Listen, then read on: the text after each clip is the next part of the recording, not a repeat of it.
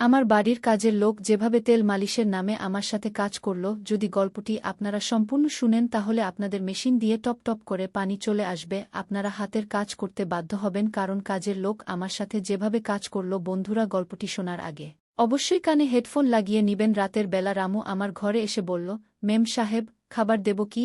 আমি বললাম, আমার এখন ক্ষুধা নেই কি। তারপর আমি বললাম, রামু, তুমি আমার একটা কাজ করবে? রামু বলল, অবশ্যই করব মেম সাহেব। আমি বললাম, রামু, আমার শরীর ভালো লাগছে না, একটু তেল গরম করে নিয়ে এসো এবং আমার হাত পা মালিশ করে দাও। রামু বলল, ঠিক আছে মেম সাহেব, আমি তেল গরম করে নিয়ে আসছি। আমি তখন গাউন পরেছিলাম এবং বিছানায় শুয়ে পড়লাম। 2 মিনিটের মধ্যে রামু তেল গরম করে ঘরে এসে দাঁড়িয়ে রইল। আমি আমার গাউন হাঁটু পর্যন্ত তুলে ধরে বললাম, রামু, আমার পায়ে তেল দিয়ে মালিশ করে দাও। রামু কি মেম সাহেব বলে আমার পায়ে তেল মালিশ করতে শুরু করল। আমি ইচ্ছে করে আমার গাউন আরও উপরে তুলে ধরলাম যাতে রামু আমার সৌন্দর্য দেখতে পায়। রামু আমার পায়ে মালিশ করতে করতে আমার পায়ের দিকে তাকিয়েছিল এবং তার আঙুলের চাপ আগের চেয়ে বেশি শক্ত হয়ে গেল। আমি উল্টে শুয়ে বললাম, রামু, আমার পিঠেও মালিশ করে দাও, খুব ব্যথা করছে কি। সে বলল, মেম সাহেব, আমি এটা করতে পারব না। আমি বললাম, রামু, দেখো, তোমার লজ্জা করার কিছু নেই। আমি তোমাকে আমার কাজে রেখেছি এবং এই মালিশের জন্য আমি তোমাকে আলাদা করে টাকা দেব, যাতে তোমার ঘরও ভালোভাবে চলতে পারে। আমি তাকে টাকার লোভ দেখালাম। রামু আমার গাউন পিঠ থেকে তুলে দিয়ে পিঠের মালিশ শুরু করল। আমি দেয়ালে লাগানো আয়নায় দেখলাম যে সে এখন আমার দিকে তাকিয়ে আছে। আমি বললাম, রামু, আমার পিঠে ভালো করে মালিশ করো। সে কাঁপতে কাঁপতে আমার পিঠে মালিশ করছিল। কিছুক্ষণ পরে আমি উল্টে সোজা হয়ে বসলাম এবং বললাম, রামু, এখন আমার পেটেও মালিশ করো। রামু বলল, মেম সাহেব, আপনি কি বলছেন? রামু ভীষণভাবে কাঁপছিল এবং হেসে উঠল। আমি বুঝতে পারলাম যে রামু নিজে থেকে কিছু করতে চাইছে না। সে চাইছিল যে আমি প্রথমে কিছু করি। সে একটু লাজুক ছিল। তাই আমি তার 2টি হাত ধরে বললাম, নমস্তে বন্ধুরা, আপনাদের সবাইকে আমার ইউটিউব গল্পে স্বাগতম। আমার নাম পায়েল এবং আমি 22 বছর বয়সী একজন সুন্দরী মহিলা। আমার বিয়ে হয়ে গেছে 6 বছর। জীবনে আমি সব সুখ পেয়েছি, কিন্তু একটি সুখ পাইনি যা একজন নারীর জন্য সবচেয়ে মূল্যবান, স্বামীর ভালোবাসা। আমার স্বামী একজন বড় ব্যবসায়ী এবং ব্যবসার কারণে তিনি সবসময় বাড়ির বাইরেই থাকেন। সুখ, সুবিধা, সম্পত্তি সব আমার আছে, কিন্তু শুধু একটি জিনিসের অভাব আছে যা আমি সবসময় অনুভব করতে চাই, আমার স্বামীর সান্নিধ্য এবং তার ভালোবাসা। বন্ধুরা, আমার বাড়িতে রামু নামের একটি চাকর আছে। তার বয়স 20 বছর এবং সে বিহারের বাসিন্দা। রামু বিবাহিত, কিন্তু তার স্ত্রী বিহারেই থাকে। তার চোখেও একটি তৃষ্ণা দেখা যায়, একটি অসম্পূর্ণ আকাঙ্ক্ষার ব্যথা। সম্ভবত আমার মতোই সেও তার সঙ্গীর ভালোবাসা থেকে দূরে। এটি গত বছরের ঘটনা। আমার স্বামী কয়েক দিনের জন্য বাড়িতে এসেছিলেন।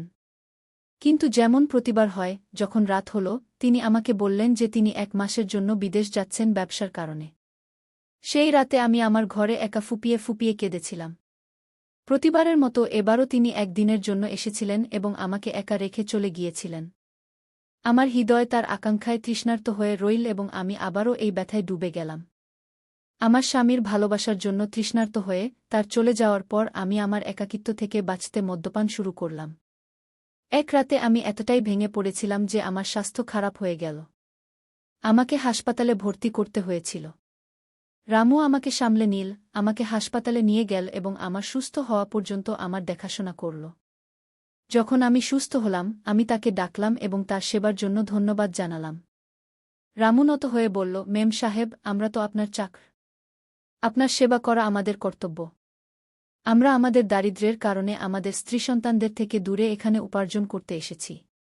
আমি আপনার অবস্থা দেখে বুঝতে পারছি যে আপনার সবকিছু থাকা সত্ত্বেও আপনি আপনার স্বামীর ভালোবাসা থেকে দূরে আছেন। ক্ষমা করবেন মেম সাহেব, যদি আমি কিছু ভুল বলে থাকি। রামুর কথায় ব্যথা ছিল, সেই একই ব্যথা যা আমি আমার হৃদয়ে অনুভব করতাম। সে তার বিয়ের কথা উল্লেখ করে বলল, আমাদের বিয়েও 1 বছরের বেশি হয়ে গেছে, কিন্তু আমরা আমাদের স্ত্রীর কাছে মাত্র 2 মাস থাকতে পেরেছি। প্রতিদিন তার কথা মনে পড়ে, কিন্তু কি করব, বাধ্যতা। বন্ধুরা, তার কথায় সেই তৃষ্ণা ছিল যা আমি সবসময় আমার মধ্যে লুকিয়ে রেখেছি। রামুর চোখে ঝলকানো ব্যথা আমার হৃদয় স্পর্শ করল। প্রথমবার কেউ আমাকে এমন অনুভব করাল যে সে আমার ব্যথা বুঝতে পারে। আমাদের দুজনের কষ্ট একই রকম ছিল, আমাদের আকাঙ্ক্ষাগুলো অসম্পূর্ণ ছিল। সেই দিনের পর যখনই আমরা একে অপরের দিকে তাকাতাম আমাদের হৃদয়ে একটি অদ্ভুত টান অনুভব হতো। এমন একটি সম্পর্ক যেখানে কোনো শব্দ ছিল না, শুধু অনুভূতির একটি গভীর সমুদ্র ছিল। মোর চোখে নিজের জন্য একটি অদ্ভুত টান দেখে আমি এক ধরনের শান্তি পেতাম। হয়তো আমরা দুজনেই সেই অসম্পূর্ণ আকাঙ্ক্ষার গোলাম ছিলাম যা আমরা আমাদের হৃদয়ে পুষে রেখেছিলাম। বন্ধুরা, রামু যখন বলল, ম্যাডাম, উপার্জন না করলে ঘর কিভাবে চালাব, তখন তার কথায় আমার হৃদয় স্পর্শ পেল। আমি তাকে কিছু টাকা দিয়ে বললাম, রামু, তুমি তোমার বাড়ি চলে যাও, কিন্তু সে অস্বীকার করে বলল, না ম্যাডাম, আমরা এই টাকা বাড়িতে পাঠিয়ে দেব, যাতে আমাদের ঘর চলতে পারে। আমি এখানেই থেকে আপনার সেবা করব। যাই হোক, মালিক বাড়িতে নেই, তাই আমার দায়িত্ব যে আমি আপনার যত্ন নিই কি। তার কথায় নিজের পরিবারের প্রতি ভালোবাসা ও দায়িত্ব দেখে আমি অনুভব করলাম এই সাধারণ মানুষটি তার স্ত্রীকে কতটা ভালোবাসে। আর আমার স্বামী, যার আমার প্রতি সামান্যটুকুও মায়া নেই। রামুর চোখে আমি সেই ব্যাকুলতা দেখতে পেলাম যা আমার হৃদয়েও ছিল। তখনই আমার মনে হল হয়তো আমরা দুজনেই একে অপরের এই ব্যাকুলতা মিটিয়ে দিতে পারি। বন্ধুরা, সেই দিন থেকে আমি রামুকে ভিন্ন দৃষ্টিতে দেখতে শুরু করলাম। একদিন সে বাড়িতে পরিষ্কার করছিল এবং শুধুমাত্র একটি হাফ শার্ট পরেছিল। তার বলিষ্ঠ বাহু ও সুগঠিত দেহ দেখে আমার ভেতর এক ধরনের আলোড়ন সৃষ্টি হল। আমি তার কাছে আসা পছন্দ করতে শুরু করলাম এবং এখন আমি স্থির করলাম যে রামুর সাথে আমার জীবনের সেই শূন্যতা পূরণ করব। তাকে আকর্ষণ করার জন্য আমি নতুন নতুন উপায় অবলম্বন করতে লাগলাম। আমি ইচ্ছাকৃতভাবে তার সামনে ছোট ছোট পোশাক পরতাম যাতে সে আমার দিকে তাকায়। কিন্তু সে তো সবসময় নিজের কাজেই মগ্ন থাকত।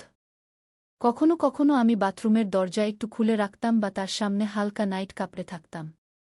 কিন্তু আমার সব প্রচেষ্টাই ব্যর্থ হচ্ছিল। সে যেন অন্য কোনো জগতে হারিয়ে গিয়েছিল। তারপর একদিন আমি তাকে আমার কাছে ডেকে বললাম, রামু, আজ আমার মদ্যপান করার ইচ্ছা হচ্ছে কি। সে উদ্বিগ্ন স্বরে বলল, ম্যাডাম, এটি আপনার স্বাস্থ্যের জন্য ভালো নয়।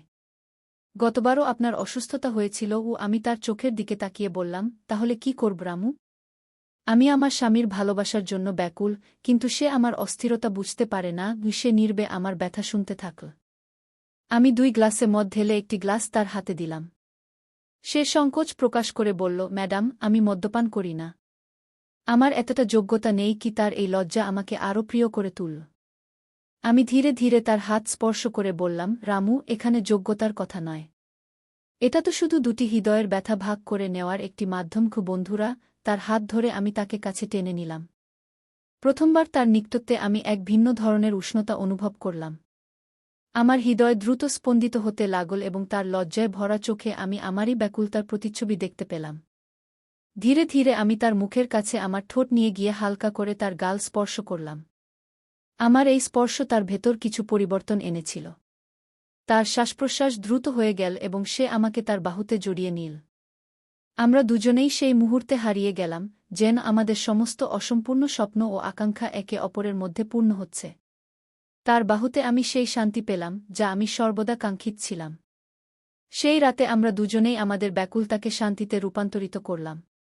একে অপরের স্পর্শে নিজেকে হারিয়ে আমি সম্পূর্ণরূপে অসহায় হয়ে পড়েছিলাম, কারণ আমি চেয়েছিলাম আমার স্বামী আমাকে আরও বেশি ভালোবাসুক, আমাকে তার দিকে আকর্ষণ করুক। কিন্তু সম্ভবত আমার ভাগ্যে সেই ভালোবাসা ছিল না। প্রতিটি মেয়েই চায় যে তার স্বামী সর্বদা তার পাশে থাকুক, তার যত্ন নিক এবং তার প্রয়োজনীয়তার দিকে নজর রাখুক।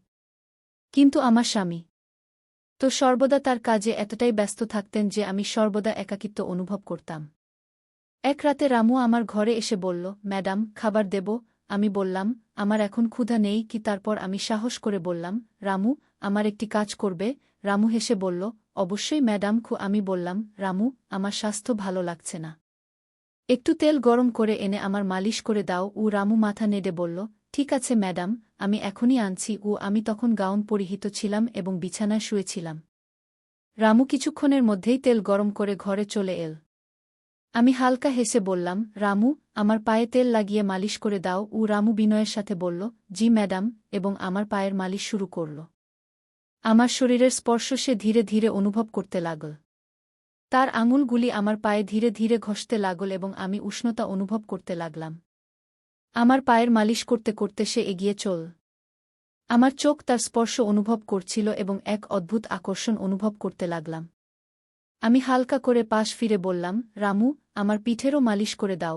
খুব ব্যথা করছে। রামু কিছুটা সংকোচের সাথে বলল, ম্যাডাম আমি এটি করতে পারব না। আমি কিছুটা নরম স্বরে বললাম, রামু, তোমাকে লজ্জিত করার কিছু নেই। আমি তোমাকে তোমার কাজের জন্য আলাদাভাবে অর্থ দেব, যাতে তোমার পরিবার ভালোভাবে চলতে পারে। বন্ধুরা, সে কিছুটা সংকোচ বোধ করে আমার পিঠ মালিশ করতে শুরু করল। তার আঙুলের স্পর্শ যেন আমার আত্মার গভীরে পৌঁছে গেল। আমি দেয়ালে লাগানো আয়নায় দেখতে পাচ্ছিলাম যে সে ধীরে ধীরে আমার পিঠ মালিশ করছে এবং তার দৃষ্টি এখন আমার শরীরে স্থির হয়ে গেছে। আমি বললাম, রামু, আমার পিঠ ভালোভাবে মালিশ করো। সে কাঁপতে কাঁপতে হাত দিয়ে আমার পিঠ মালিশ করছিল এবং আমি অনুভব করছিলাম যে আমাদের উভয়ের তৃষ্ণা এখন একে অপরের মধ্যে মিশে যাচ্ছে। বন্ধুরা, পায়েল বিছানায় শুয়েছিল। তার চোখ কিছুটা ভেজা ছিল এবং মনে কিছু অশান্তি ছিল। সে জানত যে তার স্বামী খুব ব্যস্ত এবং কখনো নিজের জন্য সময় পায় না। এখন এখানে পরিস্থিতি বোঝার মতো কেউ ছিল না এবং এই কারণেই সে রামুর সাথে কথা বলার সিদ্ধান্ত নিয়েছিল। সে একজন বুদ্ধিমান মানুষ ছিল এবং পায়েল তার সাথে একটি সংযোগ অনুভব করত। পায়েল ধীরে বলল, তুমি কি আমার সাহায্য করতে পারো? তার কণ্ঠে কিছু ভিন্ন অনুভূতি ছিল, যেন সে নিজেকে কিছুটা স্বস্তি দিতে চায়। রামু কিছুক্ষণ চুপ থেকে হালকা হাসি দিয়ে বলল, অবশ্যই মেম সাহেব। আপনি বলুন, কি করতে হবে? পায়েল ধীরে বলল, আমি কিছু ভালো অনুভব করতে চাই, শুধু কিছুটা আরাম চাই। তুমি কি আমার সাহায্য করবে? শুধু একবার? রামু তার কণ্ঠে একটি শান্তি এবং বিশ্বাস অনুভব করল। রামু ধীরে বলল, মেম সাহেব, যদি আপনি আরাম চান, তবে আমি খুশি হব যে আমি আপনাকে সাহায্য করতে পারি। সে তেল গরম করে পায়েলের দিকে এগিয়ে গেল। যেই রামু পায়েলের পিঠে তেল লাগাল, একটি শান্তির অনুভূতি তৈরি হল। পায়েল গভীর শ্বাস নিল, যেন সে কিছুটা স্বস্তি পাচ্ছে। রামুর স্পর্শ তাকে এখন সম্পূর্ণ মাতাল করে দিয়েছে, যেন সে প্রতিটি মুভমেন্ট বুঝতে পেরেছে। বন্ধুরা, পায়েল তাকে আরও আরামদায়ক করতে বলল, একটু বেশি চাপ দাও রামু। মনে হচ্ছে ব্যথা কমছে। রামু আরামে তার পিঠ মালিশ করল এবং ধীরে ধীরে তার শরীরের প্রতিটি টান কমাতে চেষ্টা করল। এই মুহূর্তে পায়েল অনুভব করল যে কখনো কখনো সঠিক সময় এবং সঠিক মানুষ আপনার জীবনে শান্তি এবং বোঝাপড়া নিয়ে আসতে পারে। সে জানত যে রামু শুধু একজন কাজের মানুষ ছিল, কিন্তু আজ সে পায়েলকে একজন বন্ধুর মতো বুঝছিল এবং এটি তার জন্য অনেক অর্থ বহন করত। তোমাকে অনেক ধন্যবাদ রামু, পায়েল বলল এবং তার চোখে হালকা ভেজা ভাব ছিল, যা একটি গভীর স্বস্তি প্রকাশ করছিল। রামু হাসতে হাসতে বলল, মেম সাহেব, আমি সবসময় আপনার সাহায্য করার জন্য এখানে আছি। যদি কখনো প্রয়োজন হয়, আমাকে বলবেন। এটি শুনে আমি তাকে আমার বাহুতে শক্ত করে জড়িয়ে ধরলাম, কিন্তু রামু এক ঝটকায় নিজেকে দূরে সরিয়ে নিল এবং আমার পা থেকে চাদর তুলে আমার পুরো শরীর ঢেকে দিল। সে মাথা নিচু করে হাত জোট করে দাঁড়িয়ে বলল, মেম সাহেব, এটি আমাদের দ্বারা সম্ভব নয়। আমরা আমাদের স্ত্রীকে অনেক ভালোবাসি এবং আমরা আমাদের স্ত্রীর সাথে বা আমাদের মালিকের সাথে বিশ্বাসঘাতকতা করতে পারি না। নইলে আমরা বিশ্বাসঘাতক বলে পরিচিত হব। মেম সাহেব, আমরা গরিব হলেও আমাদের পরিশ্রমের অর্থ খাই। আমরা জানি যে মালিক আপনাকে ছেড়ে কয়েক মাস বিদেশে থাকেন, কিন্তু এর মানে এই নয় যে আপনি মালিকের সাথে বিশ্বাসঘাতকতা করবেন। আপনি মালিকের সাথে ভালোবাসার কথা বলুন, হয়তো তিনি আপনার কথা শুনবেন। যখন আমরা আমাদের স্ত্রী ছাড়া তার স্মৃতির উপর বেঁচে থাকতে পারি, তখন আপনি কেন পারবেন না? শেষ পর্যন্ত ভালোবাসা এবং বিশ্বাসও তো কিছু জিনিস। মালিক বাইরে থেকে এত পরিশ্রম করেন, সেটাও তো আপনার সুখের জন্যই। রামুর কথা শুনে তার প্রতিটি শব্দ আমার কানে জ্বলন্ত অ্যাসিডের মতো লাগছিল, কারণ সে সত্য বলছিল। রামু হাত জোট করে বলল, মেম সাহেব, এখন আমি আপনার বাড়িতে কাজ করতে পারব না। আমি কালই এখান থেকে চলে যাব এবং অন্য চাকরি খুঁজব। আমি তাকে থাকতে বললাম এবং বললাম, এটি করো না। আমি আমার ভুলের জন্য খুব লজ্জিত। তুমি কেন চাকরি ছাড়ছ রামু? সে মাথা নিচু করে বলল, না মেম সাহেব, এখন আমাদের এখান থেকে চলে যাওয়াই ভালো। যখন আমরা আপনাকে দেখব, তখন হয়তো আমরা আপনার দিকে তাকাতে পারব না, আর আপনি আমাদের দিকেও তাকাতে পারবেন না। আপনি তরুণ, আমরাও তরুণ। কখনো আমরা পথভ্রষ্ট হয়ে যেতে পারি। আমরা খুব ভয় পাই, তাই আমাদের এখান থেকে চলে যাওয়াই ভালো। আমি হাত জোট করে রামুর কাছে ক্ষমা চাইলাম এবং বললাম, যে ভুল আমি করেছি, তার জন্য আমাকে ক্ষমা করো রামু। আমি কিছুক্ষণের জন্য পথভ্রষ্ট হয়ে গিয়েছিলাম। জানি না কিভাবে আমার হৃদয় এবং মনের উপর শয়তান আধিপত্য করেছিল। রামু মাথা নিচু করে বলল, মুখিম সাহেব, আপনি আমাদের কাছে ক্ষমা চাইবেন না। এই বয়সে মানুষের কখনো কখনো ভুল হয়ে যায়। আপনি মালিকের সাথে কথা বলুন, সব ঠিক হয়ে যাবে। এতটা বলার পর পরের দিনই রামু তার সমস্ত জিনিসপত্র নিয়ে আমাদের বাড়ি থেকে চিরতরে চলে গেল। যাওয়ার সময় সে আমাকে ক্ষমা করে দিয়েছিল, কিন্তু আমার ভুলের কারণে বেচারা রামুকে এই চাকরি ছাড়তে হয়েছিল। আমি আমার ভুলের কারণে একজন ভালো, সরল ও শান্ত চাকরকে হারিয়েছি, যাকে আমি কখনই ভুলতে পারব না। তো বন্ধুরা, আজকের আমাদের ছোট্ট গল্পটি এখানেই শেষ। গল্পটি কেমন লাগলো কমেন্টে অবশ্যই জানাবেন। এরকম আরও রোমাঞ্চকর গল্প শোনার জন্য চ্যানেলটি সাবস্ক্রাইব করুন। আবার দেখা হবে নতুন কোনো গল্প নিয়ে, তার আগে পর্যন্ত আপনি ও আপনার প্রিয়জনদের যত্ন নিন। ধন্যবাদ।